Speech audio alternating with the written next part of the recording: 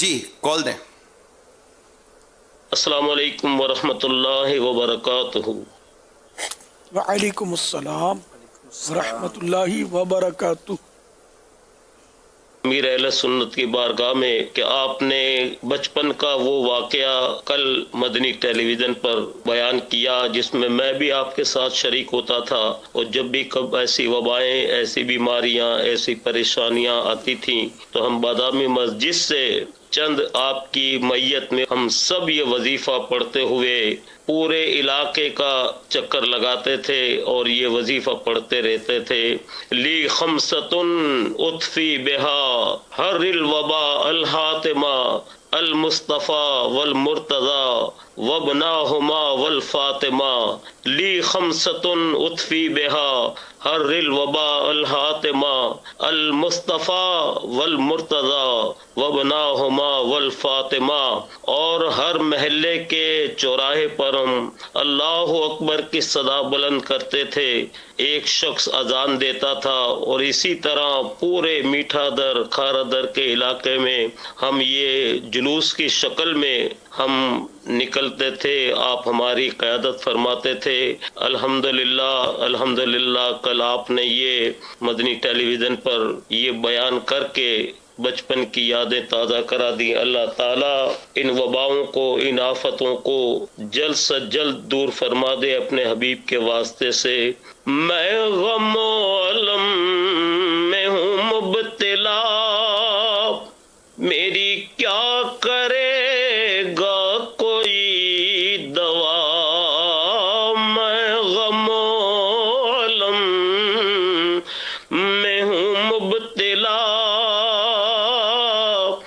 میری کیا کرے گا کوئی دوا.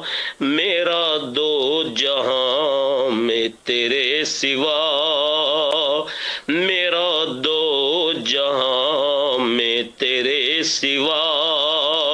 شاہ اور کون طبیب ہے، میرا دو جہاں میں تیرے سوا.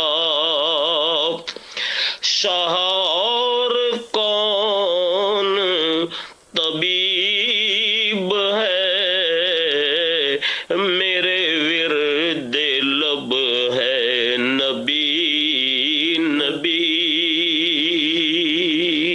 صلی اللہ سبحان اللہ ماشاء اللہ. حاجی صدیق اسماعیل مرحبا. یہ میری قیادت اس وقت نہیں ہوتی تھی نہ اب ہے. وہ حاجی وہ اپنے عبدالستار شاہ قائد ہوتے تھے، یعنی لے کر وہ چلتے تھے. ہم لوگ چھوٹے چھوٹے تھے، وہ بڑے تھے، اور ہم ان کے پیچھے پیچھے یہ پڑھاتے تھے. کبھی ہم لوگ بھی پڑھاتے ہوں گے لیکن زیادہ تر یہی پڑھاتے تھے. اذان بھی یہ شاید جس کو بولتے تھے وہ دیتے تھے. میں بھی دیتا تھا، میرے خیال آپ بھی دیتے ہوں گے اذان. تو آپ کی تو آواز اس وقت بھی ماشاءاللہ بہت اچھی تھی. میں تو یہ سوچ رہا تھا کبھی اس عمر میں بھی آواز ماشاءاللہ آپ کی. مدینہ مدینہ اللہ نظر بس سے بچائے نا. ان کی عمر اب تو 60 سے تو نکل گئی نا، تو پھر بھی ماشاءاللہ آواز بہت اچھی ہے. اللہ انداز بھی انہوں نے اپنا وہی برقرار رکھا ہے، ویسے دیکھا یہ جا رہا ہے. یہ ان کی سادگی ہے اور دیوانگی بھی کہی ہے کہ یہ مدنی چینل دیکھتے رہتے ہیں ماشاءاللہ.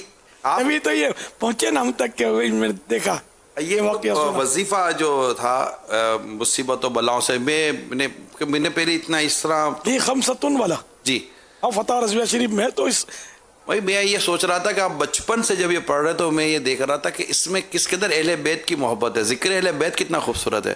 یا پنجتن کا واسطہ ہے، پنجتن کا واسطہ، کیا خوبصورت پنجتن کا واسطہ ہے ماشاءاللہ. ہائے ہائے، یعنی شروع سے ہی یہ ایک الحمدللہ. دیکھو ہمارے تو گھٹی میں سیدوں کی محبت ہے الحمدللہ. سیدوں کی محبت گھٹی میں، یہاں تک کہ میری بڑی بہن جو فوت ہو گئی نا، میری جو بیٹی کی ہم نے کہیں ترکیب تو تھی نہیں، ہماری شادی کی ابھی تک ہوئی نہیں تھی نا، تو مجھے کہا تھا دیکھو کسی سید کو مت دینا بیٹی. پھر یہ کہ ہم مطلب جیسے کہ وہ گھر میں کچھ 19-20 ہوتا تو عام طور پہ برا بھلا بول دیتے نا، ہم سید کو کیسے کچھ کہیں گے. حالانکہ سید کے مطالبے بھی آئے تھے، ہم نے نہیں دی بیٹی. کہ نہیں سید کو نہیں دینی ہے. میری بہن کا یہ ذہن تھا.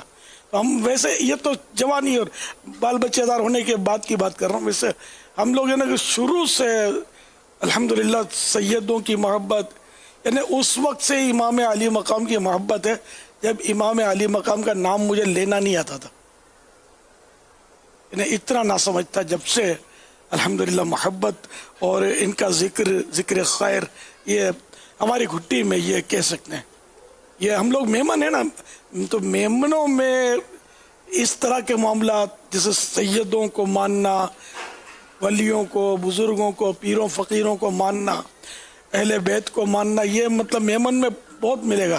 غوث پاک کو ماننے میں آپ دوسری برادریوں کے مقابلے کریں گے نا تو میمن کمیونٹی آپ کو پیش ملے گی غوث پاک کو ماننے والوں میں.